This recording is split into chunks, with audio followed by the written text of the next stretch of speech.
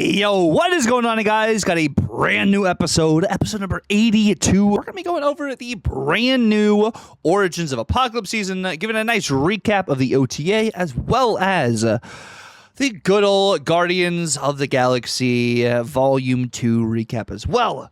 Of course, we're joined by notmydance, but let's go ahead and jump right into it. And as always, we are joined by the hostest with the mostest, the man that is on more podcasts than I have fingers on my hands.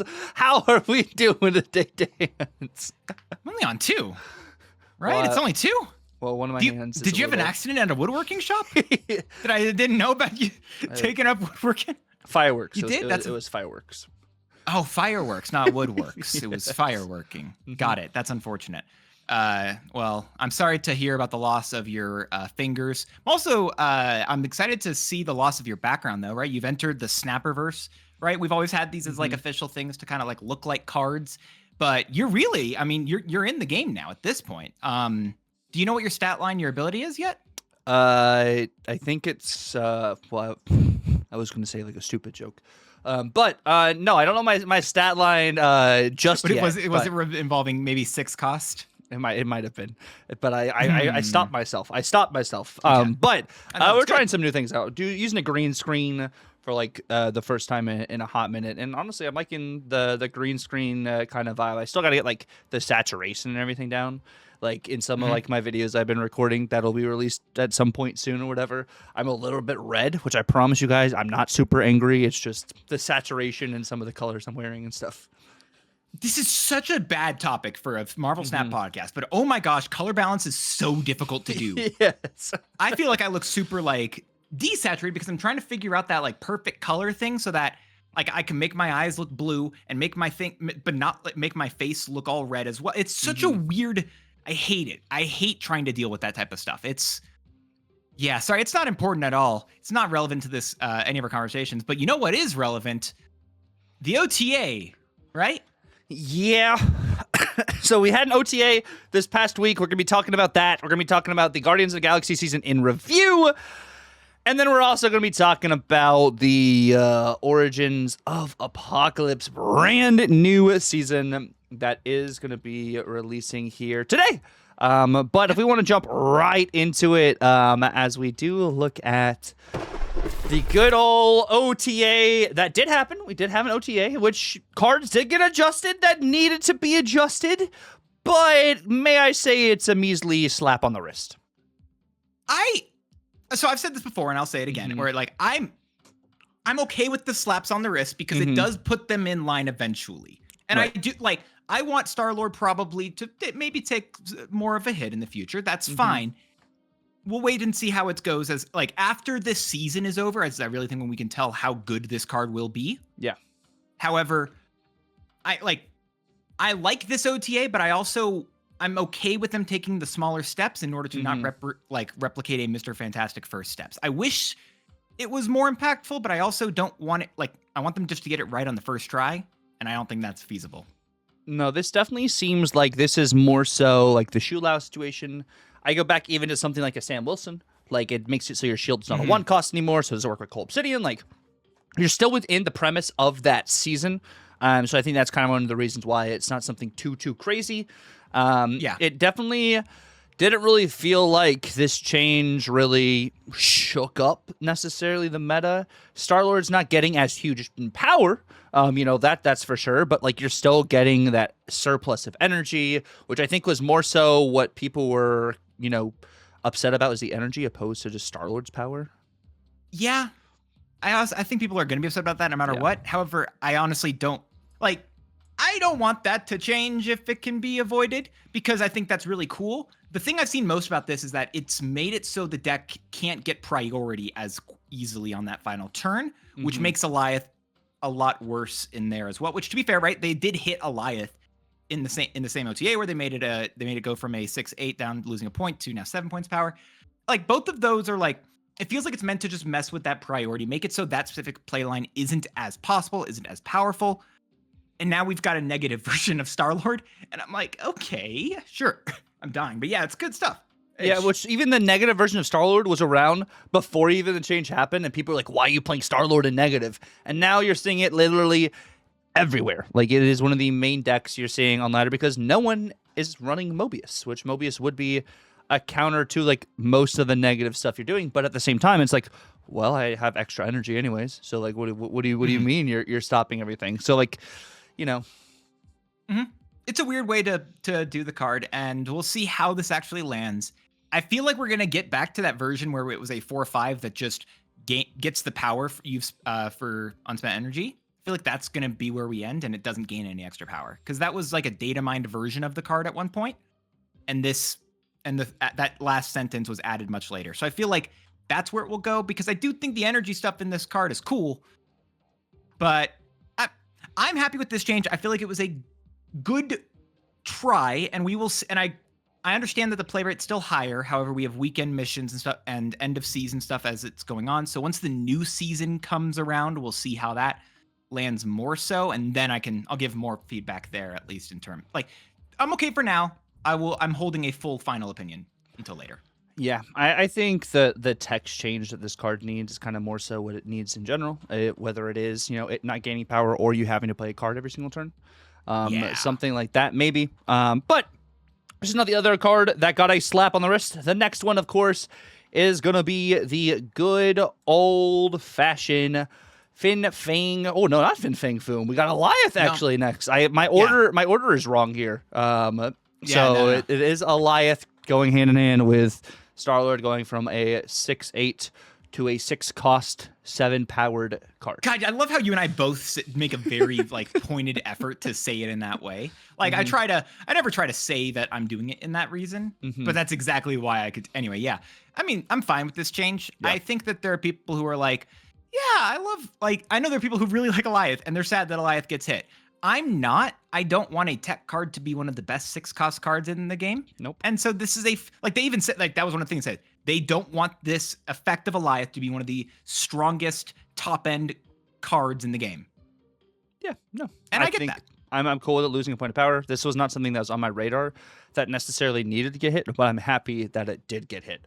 Kind of situation. So that's a good -1 slap on the wrist, but honestly, I don't, right. I think this actually kind of makes more sense. Slap on the wrist. Is there a lot of people will always complain about the +1, -1s in OTAs, and to be fair, we didn't we got not just that today. We got -2s, so it's a big difference. But also, it is they work. They do work, and even if it's not super exciting, they work. And the -2s sometimes work as well, and sometimes they let the cards do exactly what they're going to do no matter what. And Second Dinner even talked about that with Fin Fang Foom, where they're like, hey, even with the removal of 2 power, now going to a 7-cost 10-powered card, we suspect that Fin Fang Foom will be able to win the majority of locations that he has played. Again, I'm okay with the card existing in a world where it kind of feels like it fills a similar role to what old Shang-Chi did, but it also feels like it has a real cost in that it makes you ramp it out. But I also think that there's a balance area for it, so that you don't want it to be as prevalent as old Shang-Chi, but you still don't want it to be just everything is the best. It's like a weird thing.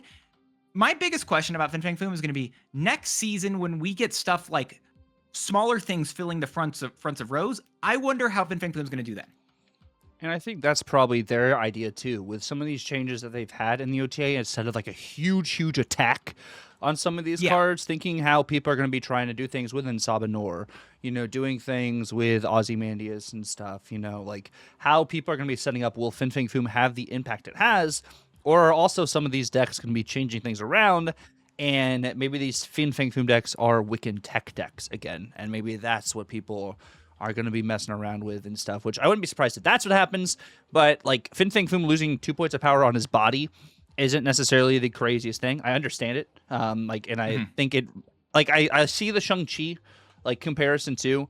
It reminds me kind of still more so of old Blob. And I think, Guest was talking about that last week just because of the power ceiling for this card. Yeah. But of course with Blob, you had more control over it because you know what cards in your deck and you know what power it could potentially get to, where this is, lining up to the way your opponents play. But as much as I'm like, yo, 2 points of power is not enough for Fin Fang Foom, I think you have a really valid take on wait until we actually see what happens with this next season. And also, how many people are going to be playing the new stuff instead of just playing the Star-Lord stuff they've been playing? Exactly. So that's exactly where I'm at with like these things where people are like, okay, this doesn't matter.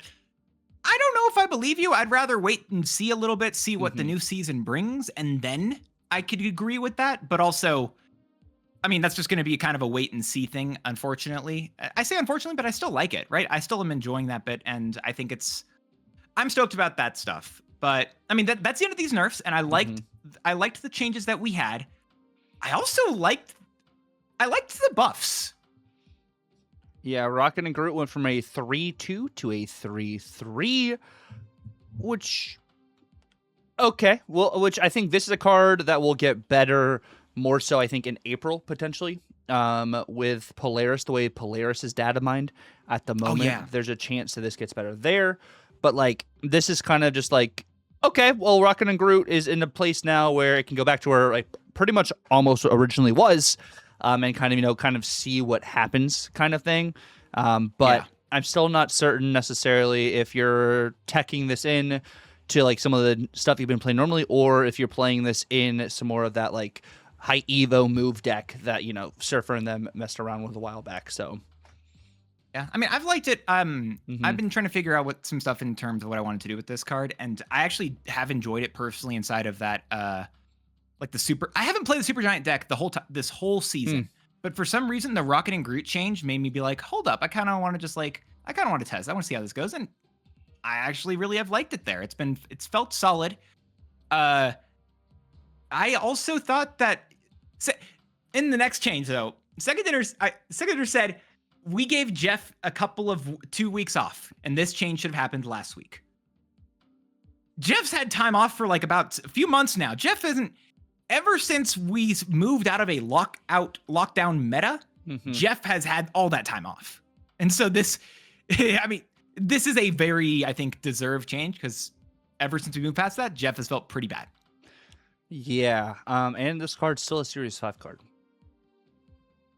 I mean, yeah, but crazy. Also they've buffed a lot of cards in recent OTAs that are lower series cards. I think this one didn't have it, unfortunately. It's only Series 5 and Series 4. But in past OTAs, they've done a good job of trying to make older cards better, even if they haven't hit some of the older cards that I really, really want them to hit. Yeah, I mean, Nightcrawler still just seems better because the utility of Jeff isn't as necessary right now. So, which is really interesting to think about. Nightcrawler is a card that no one really was thinking about playing at all until it became the 1/3. So, like, that's a really good OTA change that they had, 2 weeks ago, which, like, I applaud them for that, adding more relevancy to the card and seeing it in a variety of different decks. It's really cool. Did you expect, in terms of Nightcrawler going to 3 power, did you expect Magus to go to 3 power? No, I did not. I mean, it's great because, it's the counterpart of, Adam Warlock being a 2 cost as well. I think KM said it perfectly. This card is actually kind of scary now. I think there's the potential with objectives for this card to find the right home. And if it's not this month, it also could be next month, especially with the way Storm is data mined. There's a lot of crazy potential for this card, which, like, this makes this card better. Like, this, of course, doesn't make this 100% tier 1 in the meta just yet. But I think with objectives being added to the game, the value you can get with this card is going to be crazier. And, of course, Cerebro 3 needed help totally, right? Has it been good? I thought that Cerebro 3 deck was doing bad still. Is it doing fine? I mean, Cerebro 3 won the Golden Gauntlet a while back. The meta was different, right? But yeah, it did win the Golden Gauntlet, and we have the Golden Gauntlet this next week, so I wouldn't be surprised to see Magus in the Golden Speaking Gauntlet. Of, by the way, I'll be casting for fun reasons. Let's go. Dance will be casting. I will be playing in the Gauntlet, so maybe Dance will be able to cast a game or so. I wasn't certain about that. Oh, that'd be awesome. I feel like I won't be able to. I may or may not have asked for decks or asked to watch people last time, and then I was told not to, or that just basically was ignored. I hope I. Well, last time I was casting, they said, "Hey, if you have anyone you really want to watch, let us know, and we will try." Yeah, they told me that too. Oh well. We can blame production. Exactly. No, they do a great job, legitimately. Anyway, because I'm also going to be doing I'll be doing production the other. Anyway, sorry. There was one last change in the OTA. It was Sebastian Shaw. Okay, that's it. We have more than one change.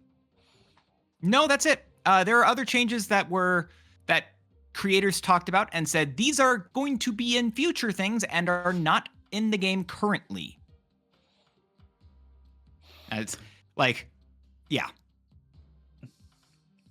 Hey, what'd you think of this? Yeah, so Sebastian Shaw went from a 3-4 to a 3-5. I mean, cool. This card has a higher power ceiling now, because of the extra point of power. And it's interesting because, you kind of weren't necessarily playing this in Surfer all the time kind of things, just because, like, I just want to use other cards. There are these ongoing cards that benefit my cards even more, or I have, just Maverick, Like, there's other reasons. It's kind of just like it feels bad for Maverick. Shaw, but maybe, for hand buff things, this is a bit better. But, like, I don't know. I have played this. I've actually been playing for Jack Flag in particular. I've been playing basically a hand buff version of Jack Flag stuff that uses because you can just put the package of Shu Lao and Maverick in any, which by the Shu Lao dodges OTA entirely. Put those in any sort of deck, and so I've just been running that as a package inside of hand buff, and it's been going really well to the surprise of no one. Yeah, Shu Lao being good. Who could have thunk it? Who could have thunk it? And this card dodging the OTA, Did you? So that was one part that I thought was really interesting because we all thought that was going to happen. But one thing that I think Cam talked about, and I don't remember where it was, but he had said post Infinite, Shu Lao is doing far better than Star-Lord. However, pre-Infinite, or maybe it's like even top Infinite, whatever. Pre-Infinite, Star-Lord was doing far better than Shu Lao. In terms of like just legit win rate. I know play rates are obviously going to be much higher for Star-Lord for the moment because again it's a season, but still. So it gives a little bit of insight in terms of like what Second Dinner is focusing on in terms of when they buff stuff, like where the majority of their player base is, where the majority of people are trying to be, like, because they balance for the majority of the player base. It makes sense for that. And I didn't know how much of the player base was consistently like just lower there. I feel like a Shu Lao change is going to be happening maybe in the next one then, or it's gonna whenever it just basically creeps and infects the rest of the meta, right? That's what I feel like whatever top meta, once it infects the rest of the games, that's when we'll see an actual change to it, as Second Dinner has consistently shown in the past that the people in that bubble are not what they balance the game around. And I know people up there are upset by that, and I get that. But I also do think it is a good choice. Yeah, I think it's the same situation we had with Move last year. You were seeing a lot of top Infinite, but it's a harder deck to pilot than I play. Others like Shu Lao is a harder deck, and I say that like because it is harder. Like it's not like a super difficult deck to play, like more so like move bounce kind of is. But then I just skip turn. I play card big energy. Like they're like the huge difference between like no 100%. Yeah. So. It sounds weird, right? It sounds like I think you're completely correct. Like I'm not trying to like belittle that. Like you're just right there. I think that is exactly the logic of that. But yeah, anyway, so those didn't get hit. We do have a preview of 2 other changes that are look to be coming at some point in the future. We don't have a specific date on them, but both I think it's Lockjaw and Shauna. I think so. Yeah. Yeah. At some point, these are not in the game. These have been other creators have talked about these. It's just these will say character instead of card, and that will be cool when that happens. Sean in particular, I've actually talked with buddy Roram, right, about this many times, and this is one that I know we have wanted for a bit. Yeah. So whenever this comes, I know he and I are going to be very stoked in particular. The Lockjaw one is interesting because I feel like. How do you feel about this one? Because I'm wondering, like, I feel like it's actually a very large buff in particular to Lockjaw. Yeah, I think this is a really good change for Lockjaw. And I wasn't thinking about this in the moment, but this is also a buff to Agamotto, in a sense as well, with just temporal manipulation, just with 1 skill. Oh, okay. Potentially. But also, it's a really good shout for like Merlin things to be able to do things with Lockjaw. So maybe that's where they're trying to lean, is more towards that Merlin kind of situation there, or even maybe like some Insabanor kind of stuff. I don't know. I think it's a good like quality of life change. I think for Lockjaw to make Lockjaw a bit more maybe like relevant kind of. But I'm interested to see how this affects stuff in general. Maybe this is also another good change for April season if the super premium season pass stays the way it does. I don't know. True. But I think it's a good quality of life change, I think, for Lockjaw. Yeah, I think these are both very solid changes. But I mean, like I said, in terms of some of the OTA changes, right? I was already enjoying Shaw inside of that weird deck that I was using with Jack Flag. Mm-hmm. I actually enjoy Jack Flag more than I thought. I feel like the way that we went into this season, I feel like we had in mind, right? We had some sort of knowledge of what we were where we were ranking all these cards, and I did not expect to be like at the end of the season and have such differing opinions on it from then. You mean like from sense? what you originally had thought about for like the new like season in terms of and like stuff? ranking of them? Oh yeah, because I think some of our rankings were maybe a bit too critical. I mean, I still think the season felt like a filler season in general. But I also think the link that we had for the season kind of maybe had some of that impact as well, since we are in a smaller month. I think that kind of,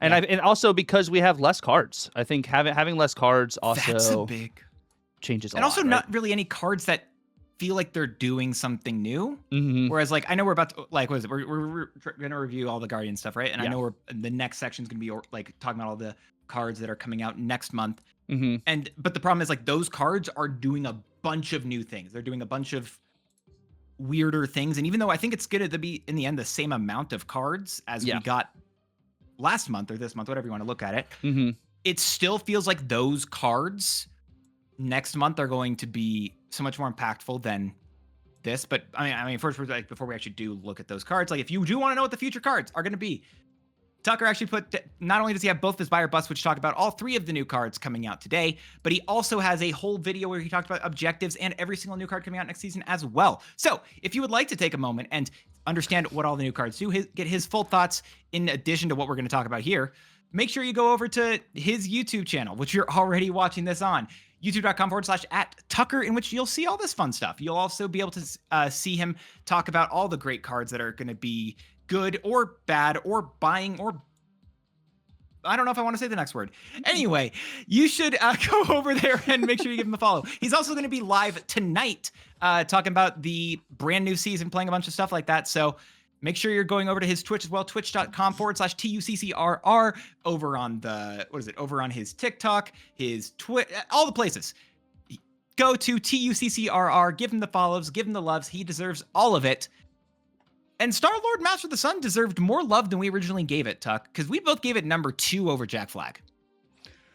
Yeah, I think like this card is definitely easily the best card of the season. I think what it enabled and everything too. Like I think every time I feel like we do some of these season pass cards, like we're like, okay, it's gonna go in these like 3 decks maybe, and then 10 decks come out, and I think like we were not expecting the Hella Modoc deck, and I think that probably is one of the hugest impacts that like this had, with that there. And then also Rorum's Alioth Zola shenanigans. Like we didn't go as greedy as other people went with this card, and I think easily is the best card of the season. Of course, it's a 4/3 right now, but this is what it was originally.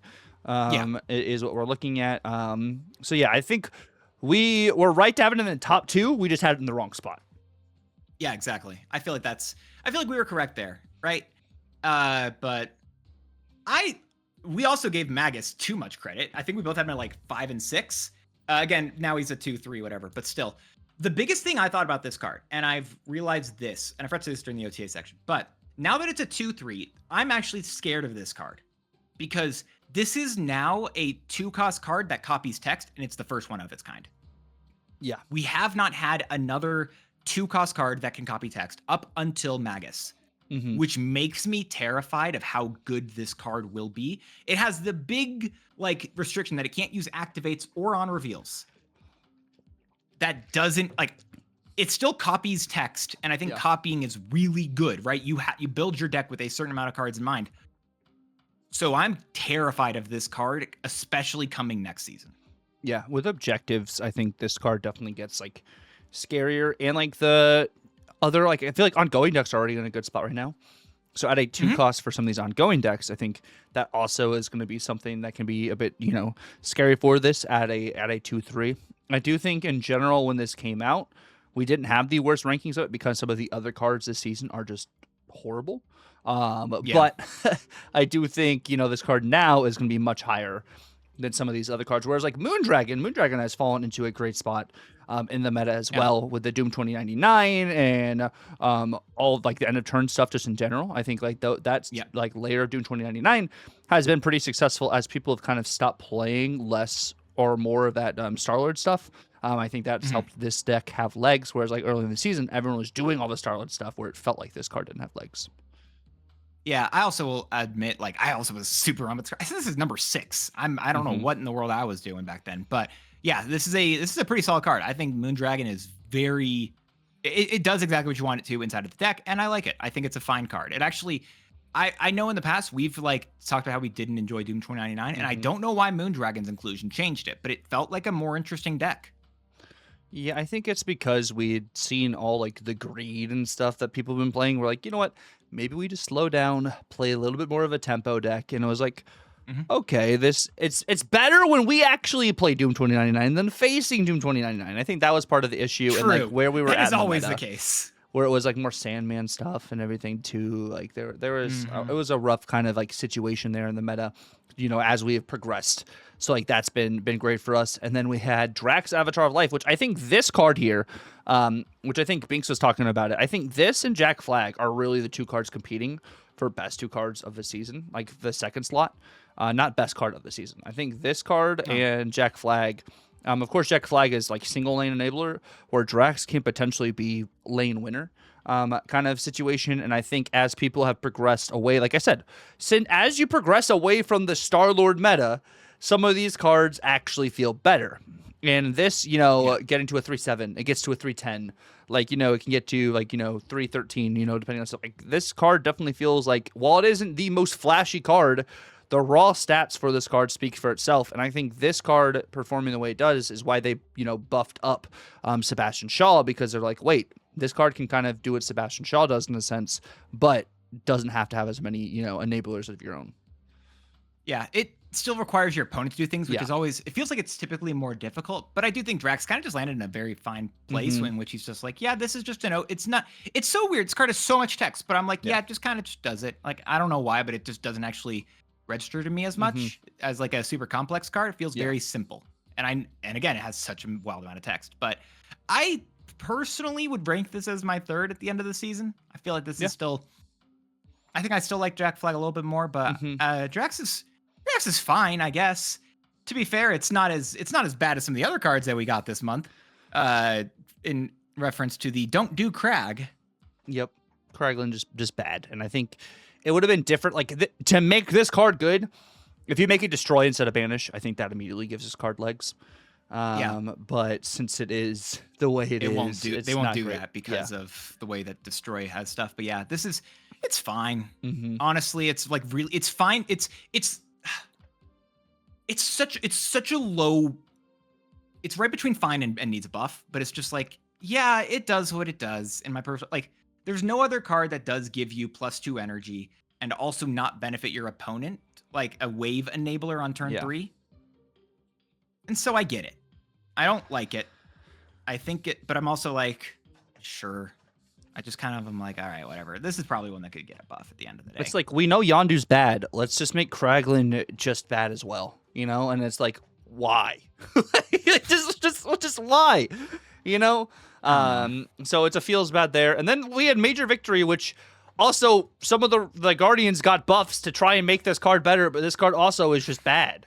Like, it's wild how much I've seen of this card, though. Even though I agree with you, I think it's bad. I have seen way too much of this card.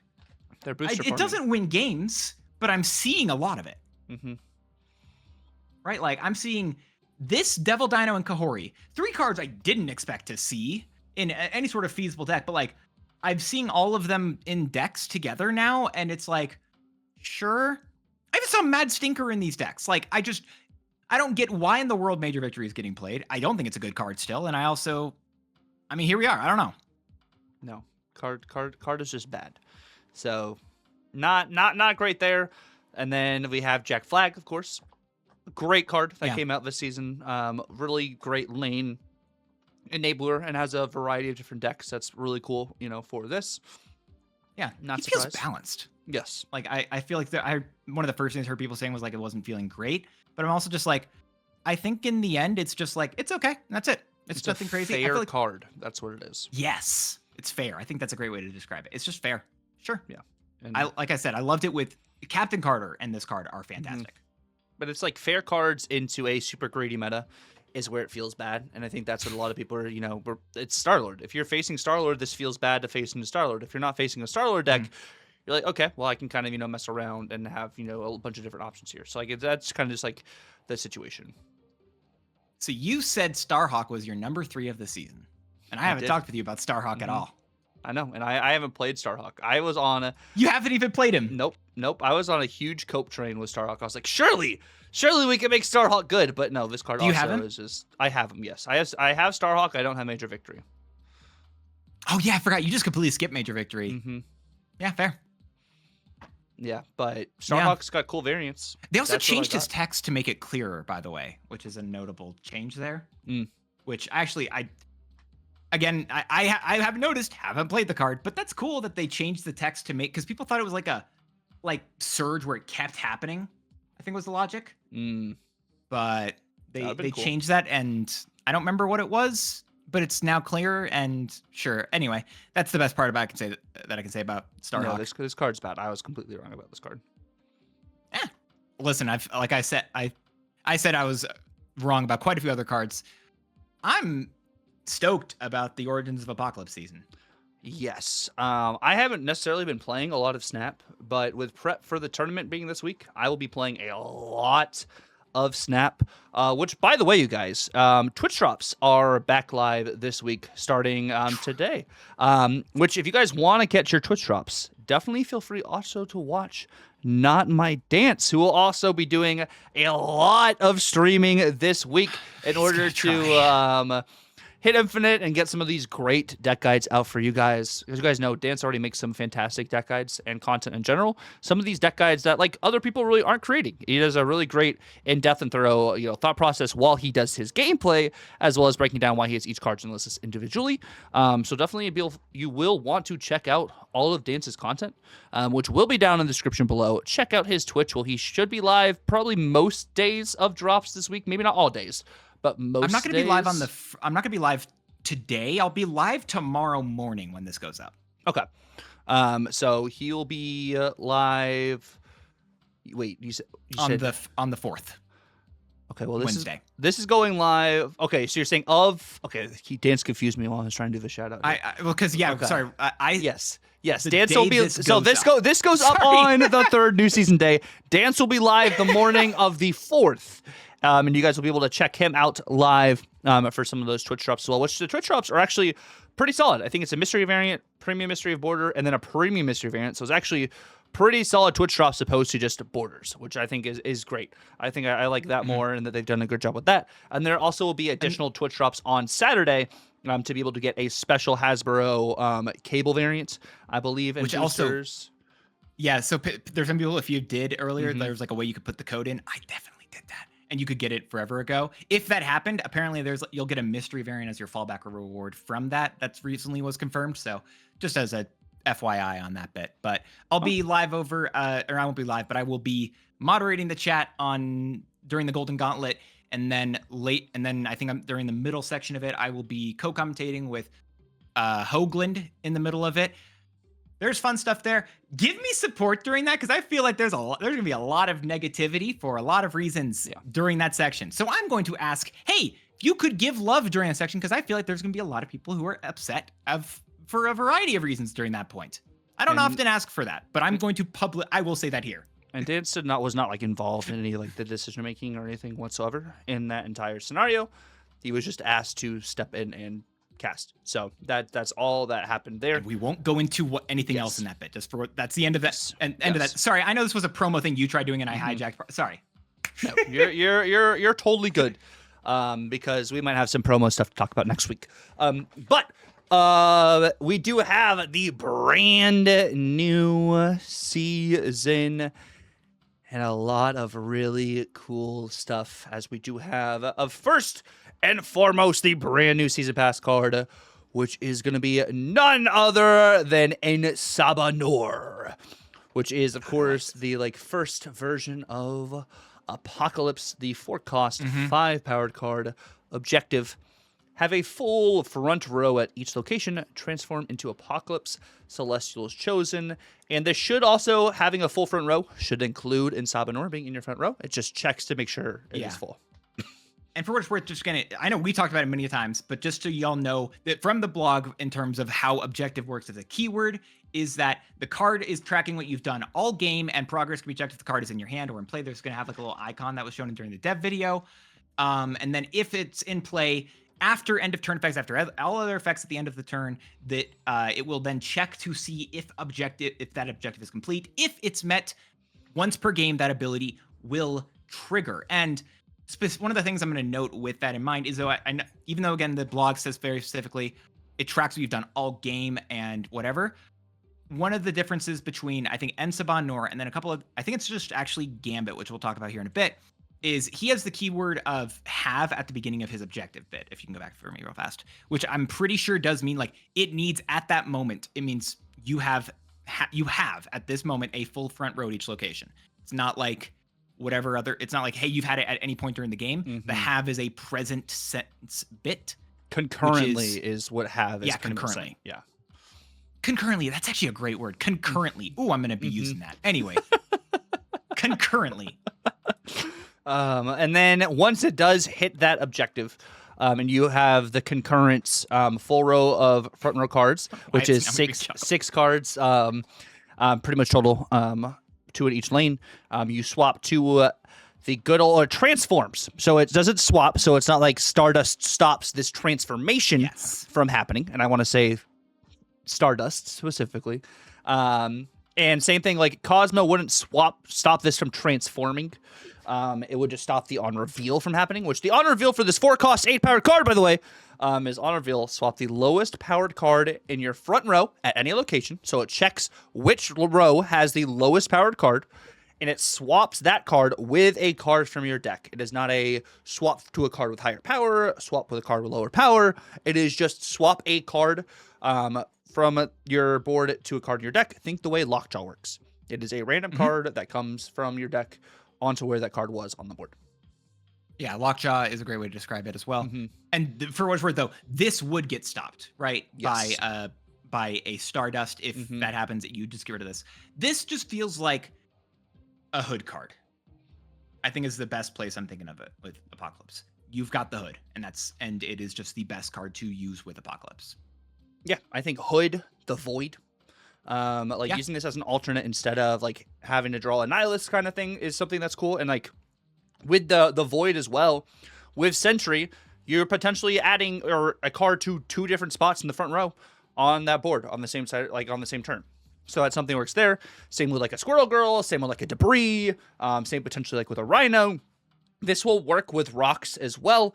Of course, maybe in those decks, you may not want to swap out those rocks because you might be trying to get the big bad Ozymandias, on the board to be able to get the value there, but maybe you haven't pulled Ozymandias yet. So I think this is going to be a really card to kind of like, or an interesting card to mess around with depending on what you have still in your deck. Because like Dan said, this checks every single time to see if you've hit that, opposed to like activate, you have to have it sit on the board for thing to happen, or on reveal happens immediately. Like the way you play this card out and the way you want this objective to work is going to be something you think about. Do you want this to go off early? Do you want this to go off later in the game? Like that's something that like the mental game with objective in general is going to be very interesting. Which I'm like, especially with something like these later cards we'll talk about. I'll dive into that a bit more. But just with objective in general, it is a really cool new feature that I'm really glad that they're adding to give us some diversity opposed to kind of what we've been sitting with. And I'm already going to go out on a whim here and say this is going to land way better than Activate landed. Like, I think it's already going to land way better. I agree with you 100%. This is going to land way, like I agree with you 100%. I don't think I am questioning whether or not that's even a good take because I feel like that's really because they also just have more power baseline. You have more things from when Activate first came out. We also didn't have a lot of things that just copied text. The only thing that we really had in the game that did that was I think it was Iron Lad, basically. Maybe there's other things, but it's just Mystique, I feel like it was just about that. Mystique, Absorbing Man also, but like specifically for activating. Right. At that time, it was only, I think, Iron Lad. Tell me if I'm wrong. But we also now have so many more options that are also going to be working with these objectives that make it feel that much more powerful. And I feel like I am ready for those cards to be that much better here. And I'm excited by objective. I think it's going to be really cool, really interesting. And to balance out how cool objective is, they also are giving us a pretty awesome Super Premium Season Pass card in Iska, the Unbeaten, or Iska, who's not Apocalypse's wife, as they said 19 million times during the dev video. It's a sister-in-law, apparently. Anyway, his sister-in-law, who they got confused with a wife. I don't know what you could. Apparently, I bet that Ensaba Noor is going to be sleeping on the couch a bit for that confusion. However, end of turn, if you're losing this location, double this card's power. And Iska's a 4/3 is pretty cool, right? This was a data mine as a 3/2, by the way. And I'm thank God they changed that. Yeah, no, I think this card's going to be good. Like, I think minimum, this is a 4/6. Minimum. Yeah. I think there's a lot of situations, like, this is another one of those mental game kind of cards. Where it's like your opponent's like, well, if I do start winning this location, that card's going to double. And I think almost any card that has come out in Marvel Snap that has double has been good. So I would not be surprised if Iska is good. And it's end of turn. And the way this works end of turn wise, think of the way Bruce Banner works end of turn.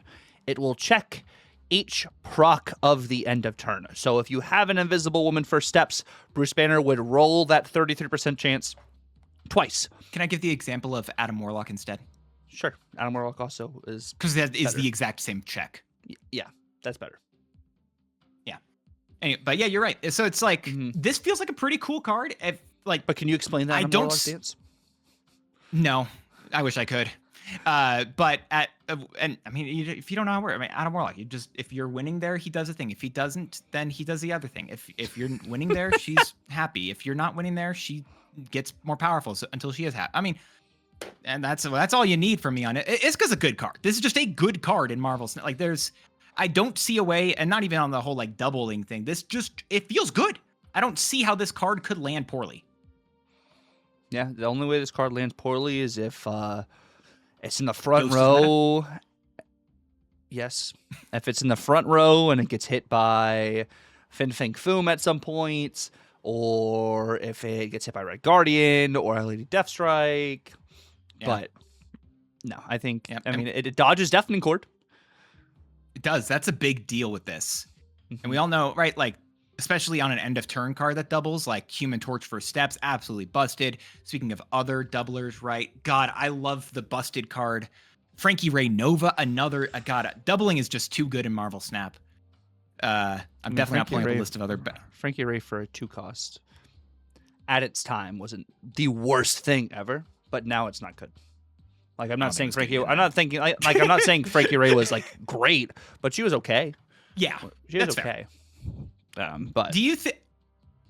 Are you and I on the same boat though? That Juggernaut Horseman of War is going to be a lot better than people think. This card's gonna be fantastic. Like like I talked about it like today. Like when you're looking at this card, the deck building restrictions aren't really that crazy.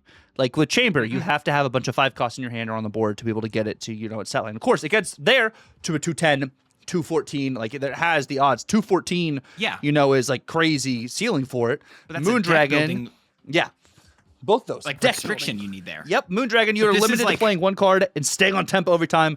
This is more or less going to be a 2/8 almost every single game. If y'all don't know what Juggernaut Horseman of War does, it is a 2-cost, 2-power card with the objective ability have 6 different powers among your other cards in play. So that is, again, with the word have there, it is concurrent. So it is checking at the end of each turn concurrently to see if that is going to be accurate or not. If it is, this card then just gains +6 power. That's a really sick ability. Like, this is awesome. This card is really good. I understand if it's not the flashiest, but it's also just a 2/8. That doesn't have a big ask of it. The biggest, I think, downside of this card is that you can Shadow King it.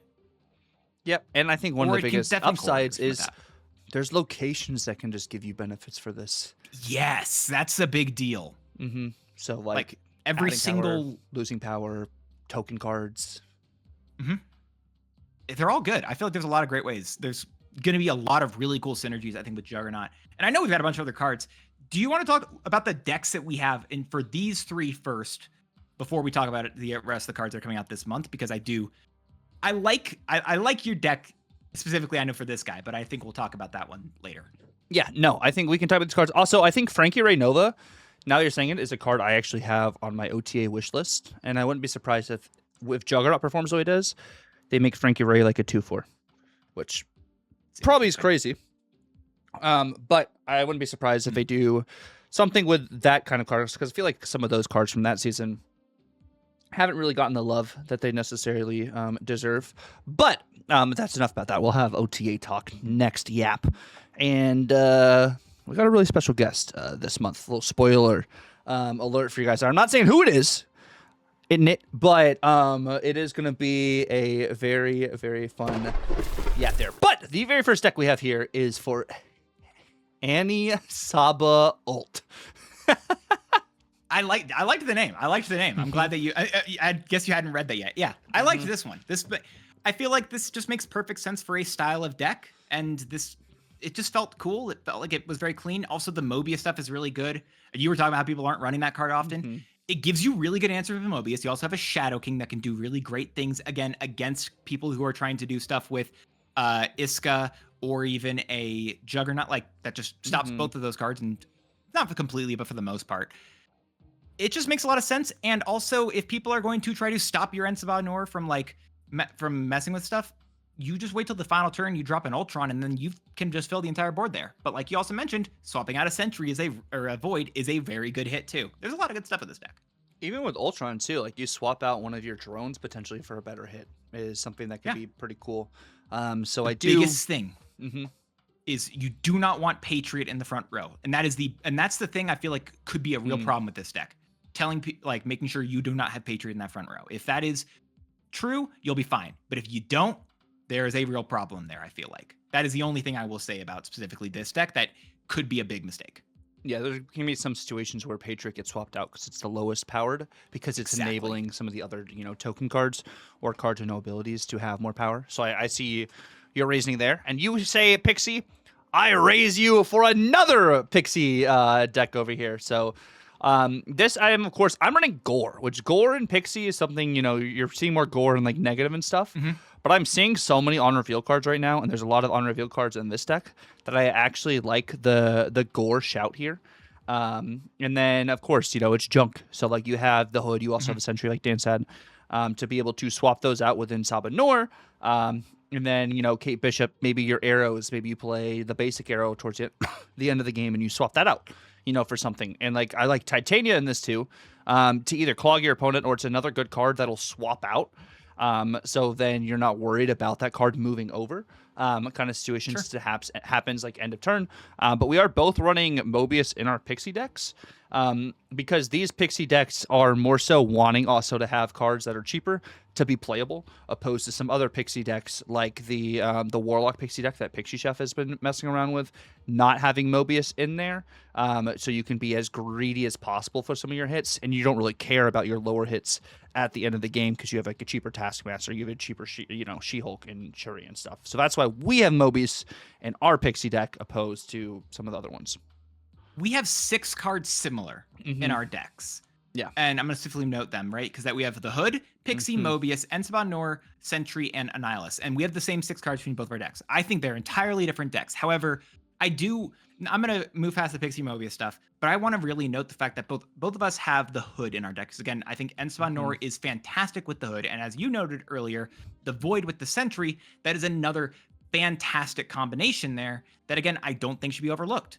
You've got 3 different ways to remove the Void in this deck with Lady Deathstrike, Annihilus, and Ensabah Noor. Technically even 4 if you want to talk about Viper. There's a lot of options there, and I feel like that's something I hadn't noticed basically up until right now, and it makes me wonder how much, like, are we going to be seeing some sort of return of Sentry, of Annihilus stuff with that in particular, because the fact that both of us can run those, feel confident about that, again, different baselines in mind, but still arrive to the same conclusion, feels really interesting and makes me wonder if we're undervaluing that interaction. I'm basically trying to put that out there so in future yaps I can be like, I was right about this, basically. And I think Kate also could just be Merlin in this situation. I think it really kind of like it depends here and there about that. But I think you're right. I think like when I was looking at this card, I was first like, well, Squirrel Girl. And then when I was making like buy or bust, I was like, no, you do junk, you do hood, you do sentry stuff. So you have that extra out and can get some better value. I think when the rock deck, like when Ozymandias comes out, I think you can also do it there because you're also going to want Patriot and Hood inside of that pile of cards. And I think there's a different, like, so it's not going to be the same as this, but I do think that's another world in which you could be like, okay, yeah, maybe I do actually want it in other places as well. And I don't know how true that's going to be, but I think I think I question whether or not that's going to be another place where you can use it. But yeah, I like this pile as well. I'm basically trying to say I like both of our ideas, and I'm interested in how this card goes. Yeah, I think this card is going to be pretty fun. I think it's going to be more of a fair kind of season pass card than Star-Lord was, but I think it's different. You know, it's objective. You know, you're adding feel a good fair. Yes, very. Which fair. is that's interesting, right? All the other cards recently have had something that they're asking you to do, whether it's like Weapon X just asks you to destroy cards, but it needs to be on the board for that bit. Shu Lao asks you to play 2 cards a turn, which is a lot easier to do. And then you also have stuff with Star-Lord where it's like, hey, just skip energy. Again, easier to do. And Espanor, I'm going to argue it is easy to do there, but his payoff, I think, is worse than a lot of the other ones that we've seen. So that's why I think it'll feel more fair, or it's just going to be busted and we're going to get, you know, a Nihilist or random stuff that's going to feel absolutely insane. So I'm saying it feels fair, and then I'm going to be proven wrong later. Yeah, I think another good synergistic card that we're not talking about is Sam Wilson, too. Potentially, because you're automatic, you know, you get the shield on the board, you do all your shield stuff, and then swap the shield out for something else. So something that could be I also cool. think that's a fantastic card with Juggernaut Horseman of War. Yes, that is another great card there. Which I think Sizer was kind of talking about doing something like that with like, well, no, Sizer's doing like Lin Lee move bounce stuff. But Lin Lee's another just really fun card. But the next card we're talking about again is going to be Iska, and this is what Dance is going to be messing around with Iska here. Yeah, and this is more of an old school style, I think, of Doom 2099, but I specifically like the idea of being able to use Iska with Storm and also being able to have Iron Lad double up with that bit. Felt really, really powerful and a really interesting way to do it. And if you can use Zabu or Psylocke to get this card out on turn 3, that also brings Iska to a 24 power at the end of the game, which is, again, awesome. I think my biggest question is if I actually... Like the blue Marvel could be a Dragon Lord. I maybe want a Cosmo in here. There's a couple other questions I have just kind of in general, and I'm uncertain about the answers there.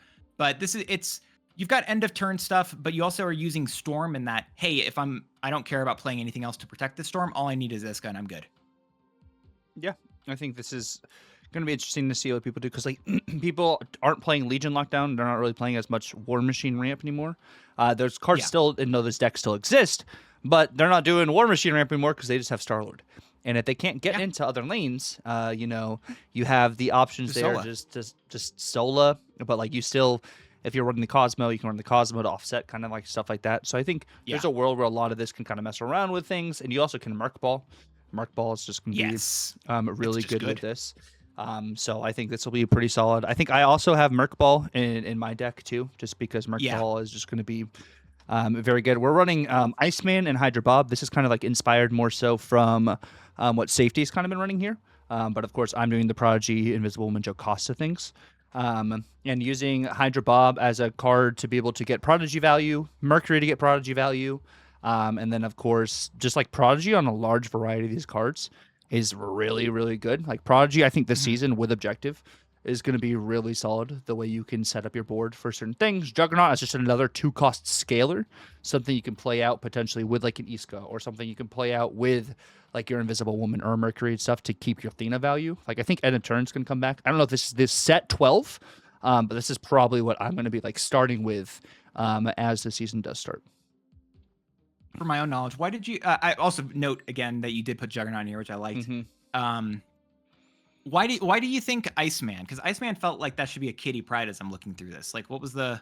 It could be Logic. Kitty Pride, but Iceman is just another 1-drop that gives me intel, offsets what my opponent's Intel. trying to do, and it's something I can play down to get Athena value.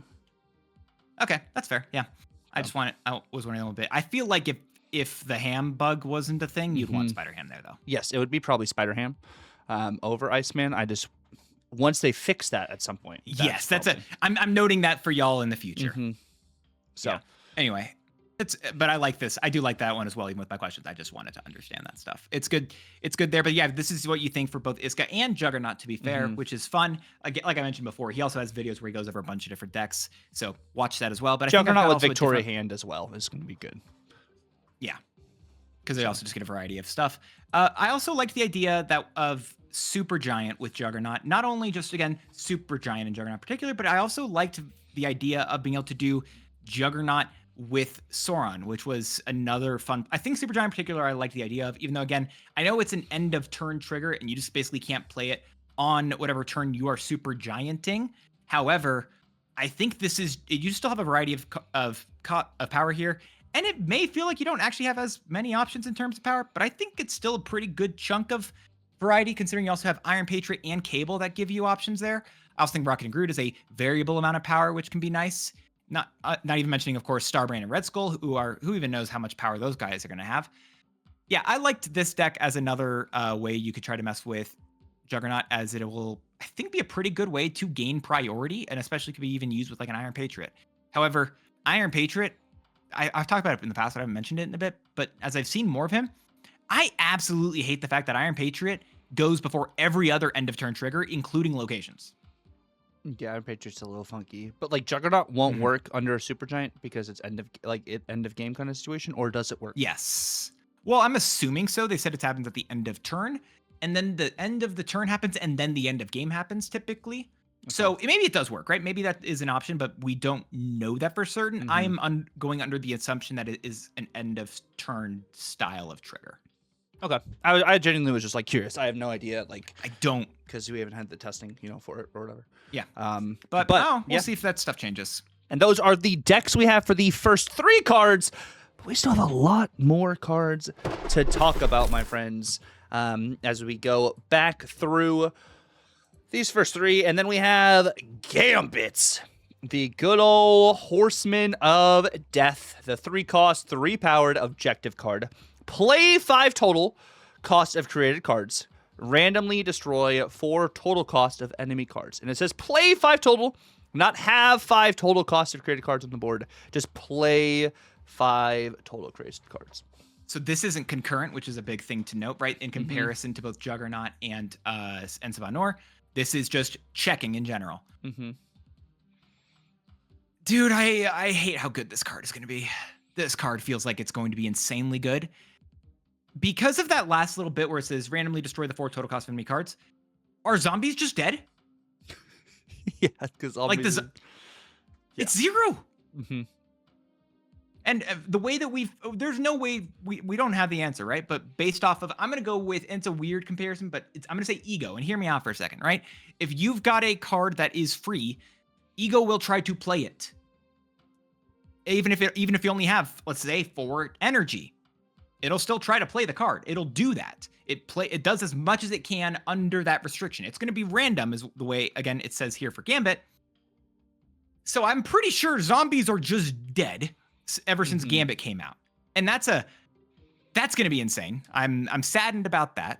At the same time, this card's also just, it's such an easy trigger. That's an uppercase C, which doesn't even mean if I Valentina and then I play Gambit, I'm done. I could also Mysterio, who we didn't even talk about in terms of using it with Ensavanor, because that also fills up half the board for half the front locations. Gambit also just does it. Like, this card is so good. Yeah, I'm glad it has a cap to the total cost of cards that can be destroyed. So the zombie shout is really just pouring out for zombies for sure during this, by the way. So don't play zombies during this week. I'm just telling you guys right now. It would just not be good. But yeah, no, this card definitely seems like it is going to be fantastic. And there's so many just different enablers, whether it is Merlin, whether it is, Valentina, Iron Patriot, Frigga-ing this card, so you have another one of these to play, and it checks concurrently. Like, or it checks concurrently, but you also could wait. You could literally wait, or check past, concurrently past, both. It checks both. It doesn't check concurrently is the big thing. Or it's not checking if it's currently a thing. Yeah, it's not checking if it is, all on the board right now. It still checks concurrently if you've met it this turn. But yes, but you could have it in your deck the whole time, play 5 total cost of creative cards, and then on the final turn, draw this card, play it, and it will still work. Like that. Just to make sure we're being clear about what we're trying to say here. And this is the only one that is a type of ability like that. Yeah, dude, Gambit's a card. This is going to be really good. I don't have anything else. Like, this just feels like this is going to be a fantastic card. I hate how good this card is going to be. My favorite part about this card is that I don't believe will be inside of the Golden Gauntlet. Yeah, this shouldn't be in the Golden Gauntlet because the Gauntlet's on the 7th. This weekend. Yeah, so this comes out next week. So it should not be in the Golden Gauntlet at all, whatsoever. If it is, I think we're going to be very shocked. Yeah, it would be very shocked if it gets randomly generated or something. But the next card we do have coming out is also the same week as the Horseman of Death, and that's going to be Sandstorm. This is a 2-cost skill. Darude. A 2-cost skill with the ability on reveal, add 2 rocks to your hand. Give them +1 power for each of your front row characters. I love that rock deck is becoming a thing. The more I'm thinking about this card, the more I'm kind of questioning it, though, because this is a 2-cost card that doesn't want to be played on turn 2, right? Like this, you don't want to use it on turn 2 because you want to have a bunch of full spots at the front row. You want, maybe squirrels could help you, and that's it gives you like 2/1/3s. But your best case scenario is you want to play this, I guess, on turn 3 at minimum, where you can turn 1 play Squirrel Girl, turn 2 play Mysterio. And that's the best case scenario, assuming you get those cards in that exact order. And then you've also filled up half your board, and what do you do there? I mean, yeah. I mean, that's something. I mean, like, at the same time, it really is going to be a situation of how big do you want your rocks to be? And what else are you building around? I see this card more as a hunger card. As like a huge enabler for that in general.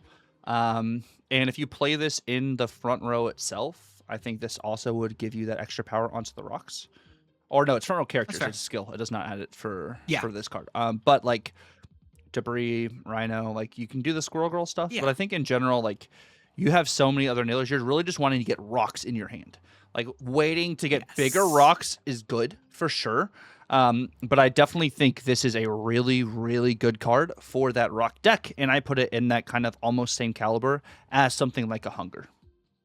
That's fair. I think that's a fair thing. I'm interested to see how this card will do. I also think you can do, Mole Man's also going to be in that style of deck, and that's going to be another fun one. But we will see how this card lands. I'm going to see all that stuff. It is. Mole Man is legitimately, I think that's going to be the best place. It would be the best place for Mole Man, yes.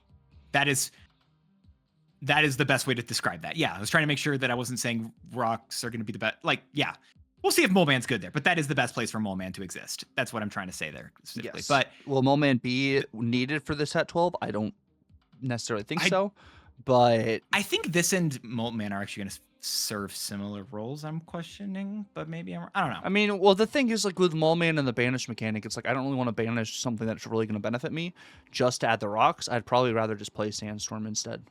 So what you're saying is you're running Howard the Duck in that deck.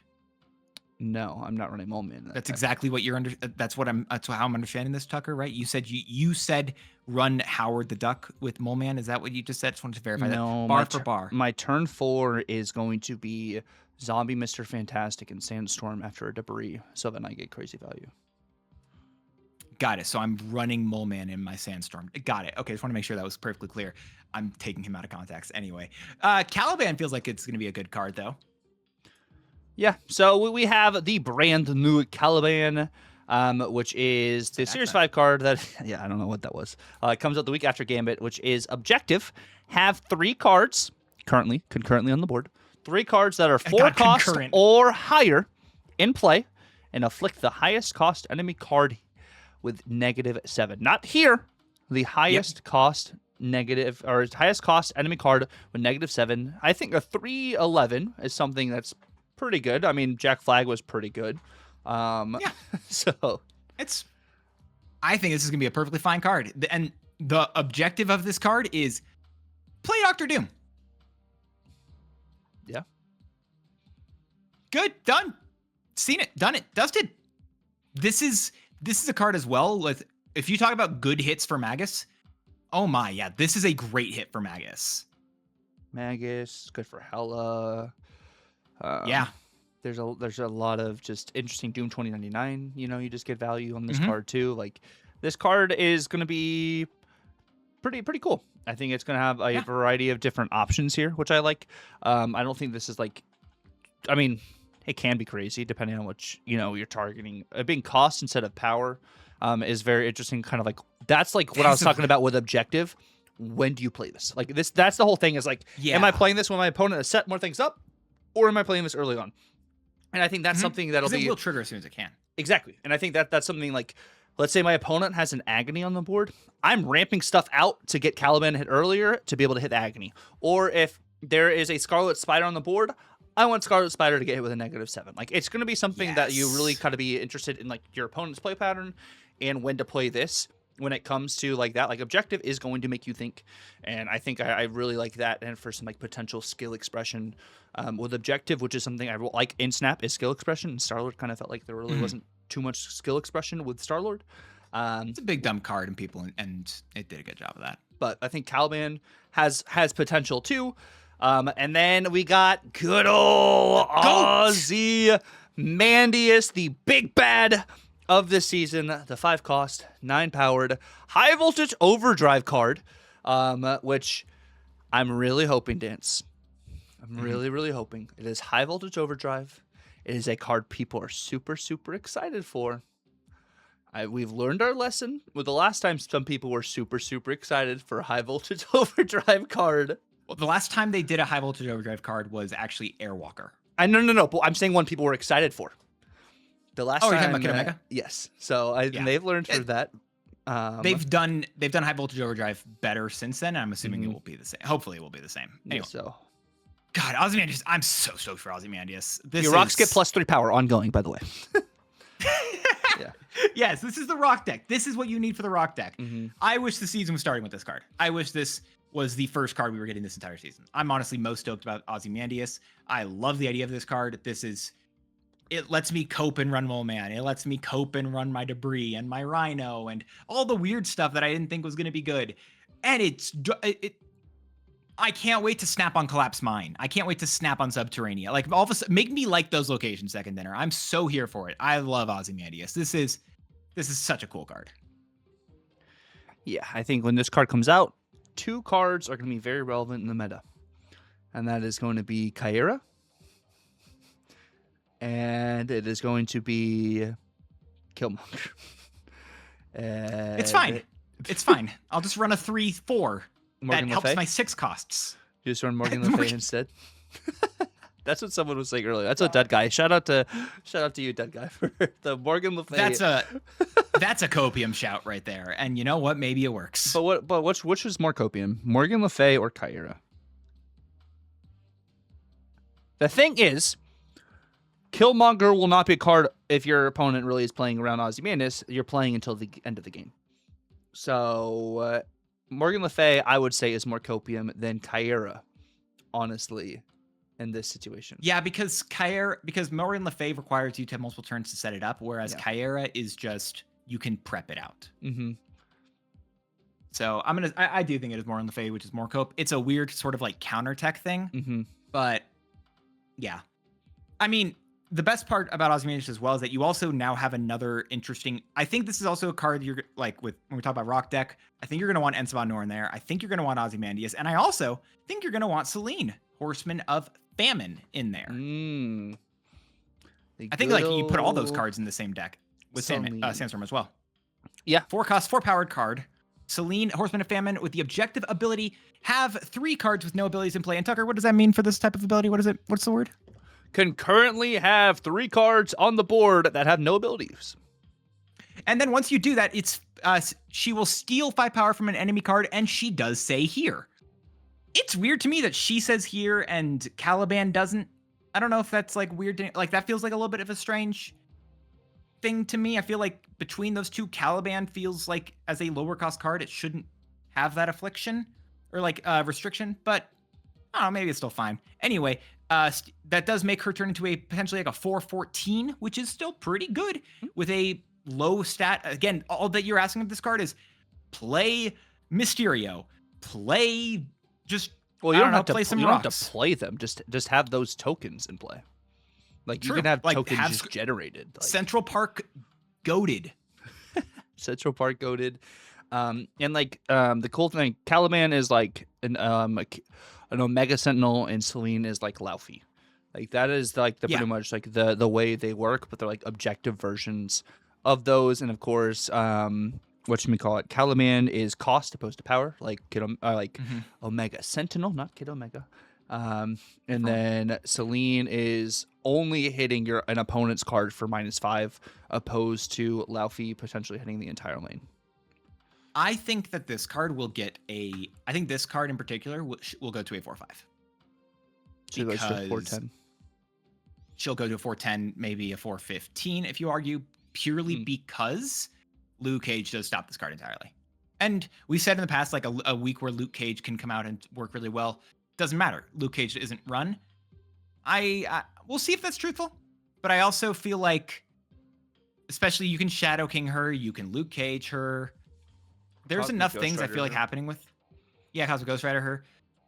There's enough things I think happening with Celine, Horseman of Famine in particular, that it doesn't make me feel super confident that this card is going to be good, especially at that 4-cost stat line. We'll see, but I feel like I'm lower on Celine personally than I think a lot of the other cards.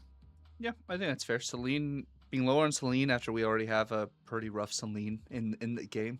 But I think having the enablers is something cool. I think, for this card in general. And I think like a lot of these cards have synergy with potentially Insaba Nor as well, which is something that's pretty cool. I like that definitely in general. And I think maybe this card gets better even with like something like the Polaris next season if Polaris stays the way Polaris does. Oh, yeah, that's good. Rama Tut on reveal. Use 3 on reveals of cards from years past, or 3 on reveals from cards released before Rama Tut's time. It's, I don't know, the way this card is text is weird. It's a 4-cost 5-power card. It also is just weird in general because there's a massive list of cards that are data mined. I don't think this has been officially confirmed by Second Tenor, but Snap Fan had these. I think we talked to them forever ago that all work with this. And I'm not going to tell you all these cards. If you would like to read all these cards and understand what they do, you're welcome to look at the list on screen currently for you. But Rama Tut is weird with that in mind. Yeah, it's a 4-cost 5-powered card, and I unfortunately think this card's probably bad. So this is it's such a weird card, I think.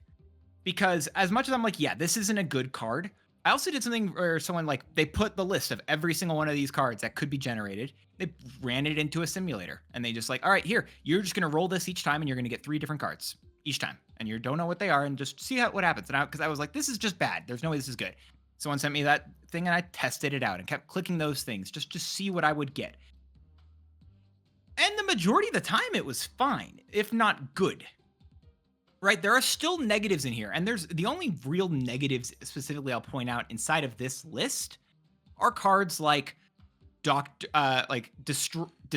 I think there was Destroyer, and I feel like the other one that I really wasn't a big fan of there, it was there's MODOK, I believe. Yep. And there are cards that aren't as great, but I've also was just in general, I was like, sure, these are mostly fine.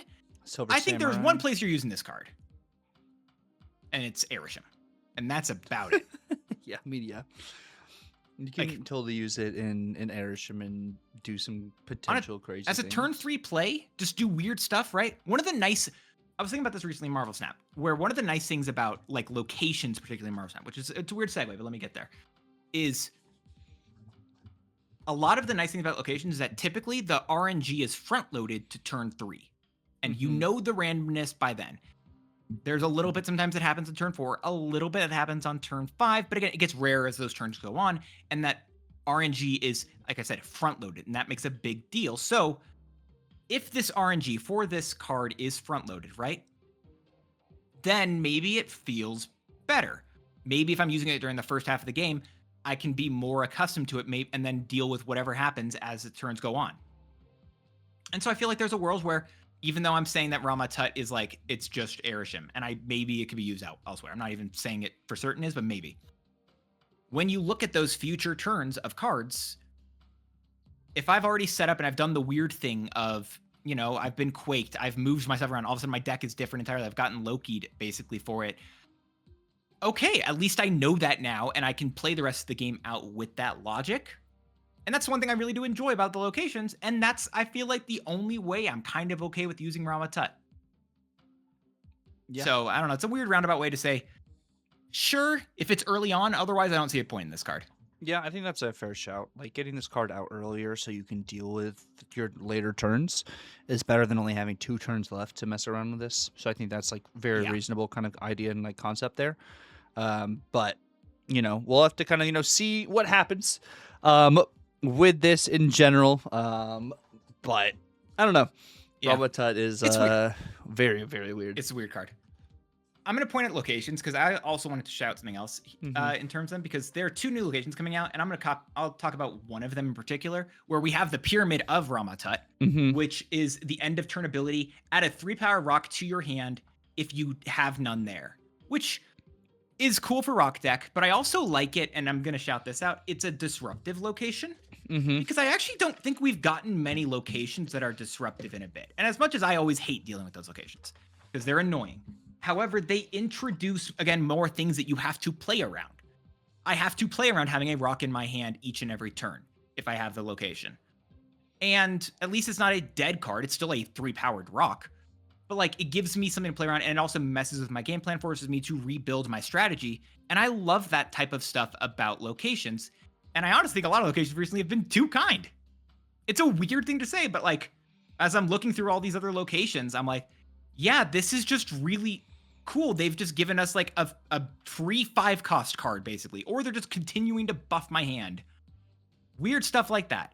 And I like this. I like the fact that they're doing a little bit more stuff to shake it up and force us to plan around our strategies more so. What about the Guardians location that gave you Guardians? That disrupts your play. Yeah, you're right there.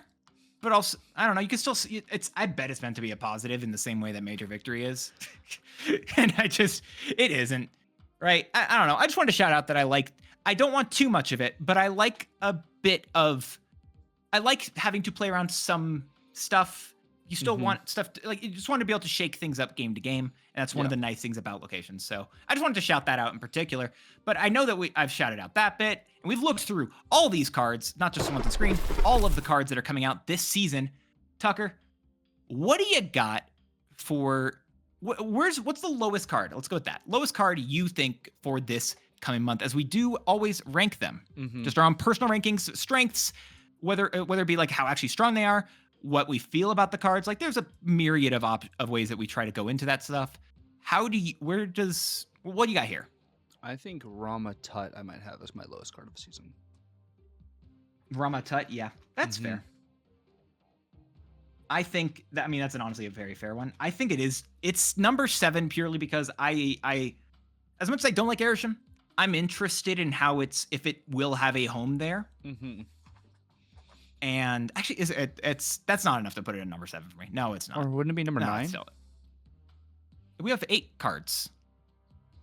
You're looking at the images that you are scrolling through, and you have an image for Apocalypse Celestial Chosen, who is the same thing as Enspanor. Yeah, but 1, 2, 3. We have Iska, Juggernaut, Enspanor, Gambit, Sandstorm, Caliban, Selene, Ozymandias, and we do have. Dude, I suck at counting these cards each season. Who knows? You give up. I was like, I think my math's right. God, I can't count these cards each season. I've never been able to do this correctly.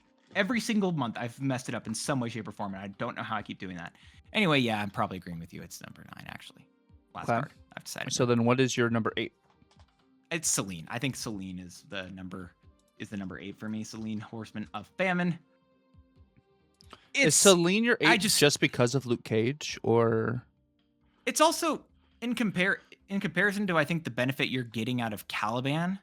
When I'm looking at both of them, I feel like it's a harder thing for Celine in comparison to Caliban's thing, and I think Caliban has a easier payoff, like a better payoff there than not. I don't know. Maybe I'm wrong, but I think it's Celine there. Okay, I see like what you're saying, like reasoning wise for Celine. Honestly, after Rama Tut, this gets a little shaky for me, because I feel like some of these cards are just like really good, and some of them are like kind of okay kind of situation here. I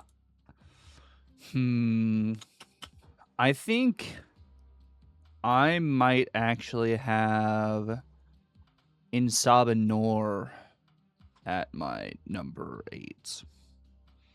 That's wild to me, right? I know people were lower on him earlier, but I definitely. All right, fair. All right. Insabanor is number 8 then for yourself.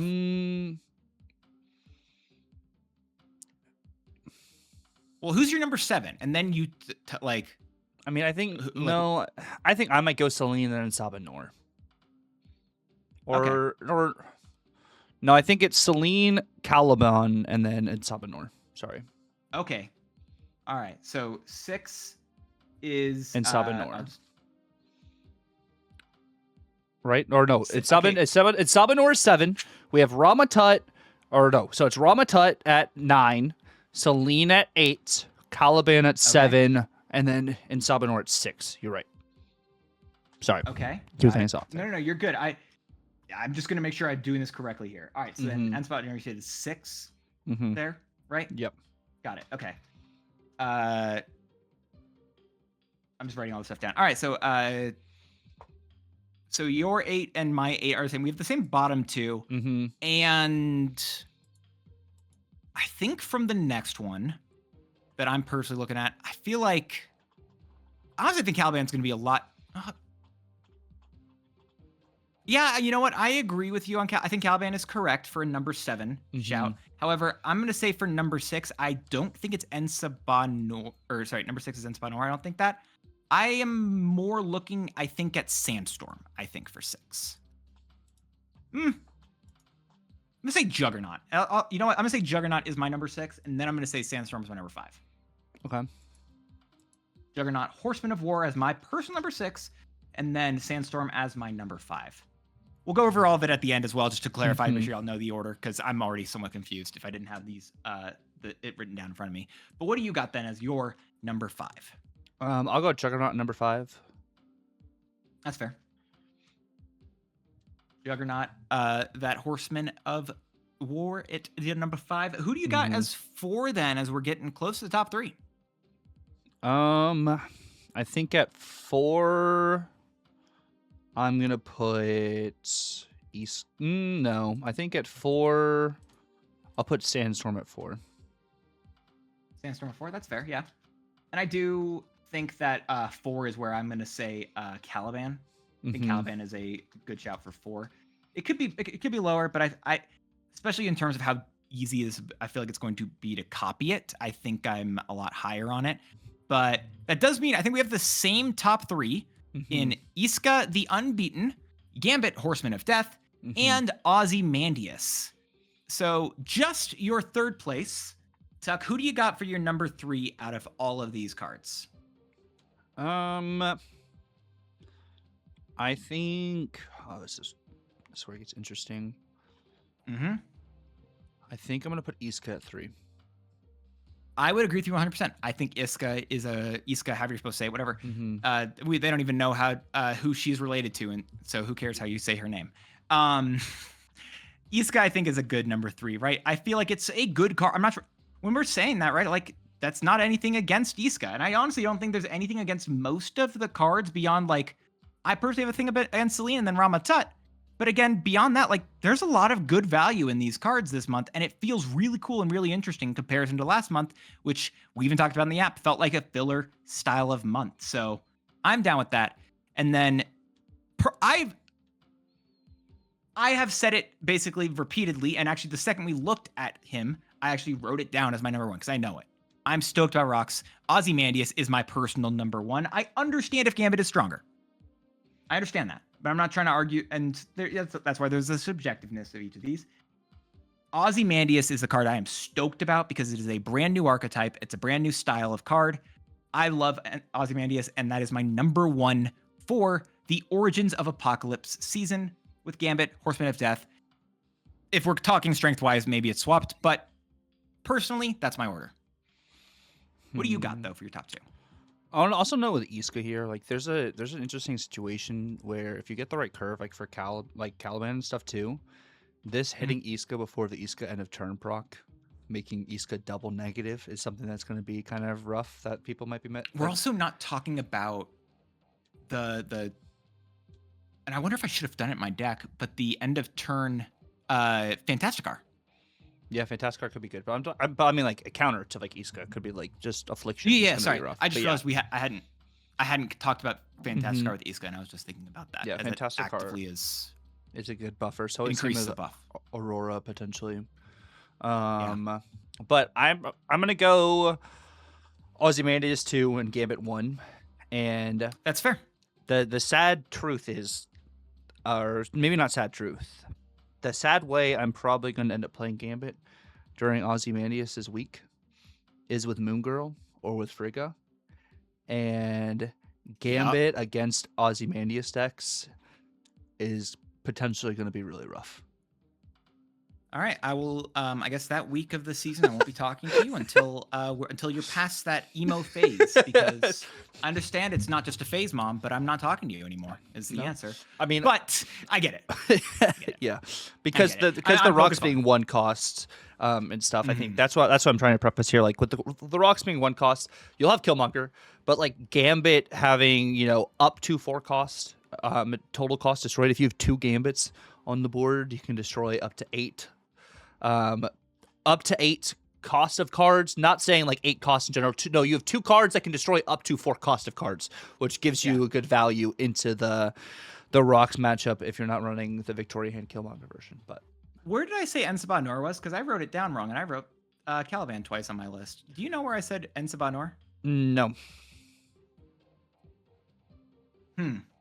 It's or did you have him at 6 with me? I had Juggernaut at 6. Do you? But you no. I think you had. So then you would have had him. What? Juggernaut 1 lower than Sabanor, and then you had Caliban, I think, above in Sabanor.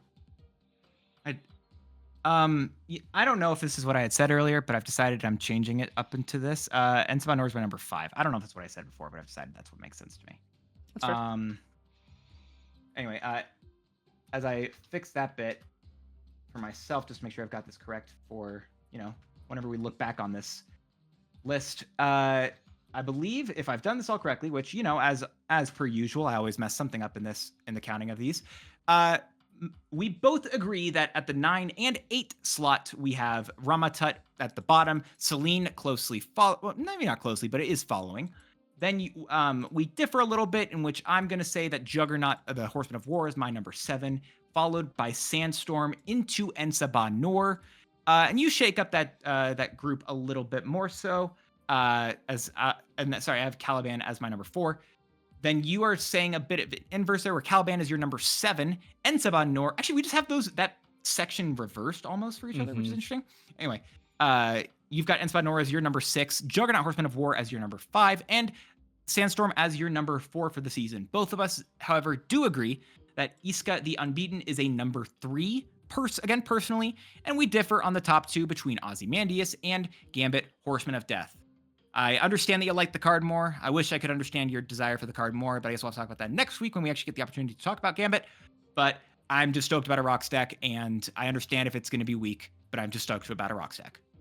Yeah, I think we got a really cool and solid season ahead of us. Yes. Which, for the word of the day, use rock in your comments. I was going to say we're doing concurrent.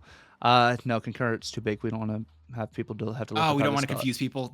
We are on the internet. We don't want to confuse y'all with, more than 5 letters in your word. Use the word rock in your comment down below if you made it to the end of the episode, because we want to know if you make it. We want to know if you can stick with us for the hour and a half or so that we talk each and every week. Yeah, and let us know what your guys' rankings are for the new cards. And thank you guys so much for watching. Hope you guys have a great rest of your day. Good luck. Get those drops, or wait to get those drops with us. And then we will catch you guys next week. It's been real. God bless, and laters.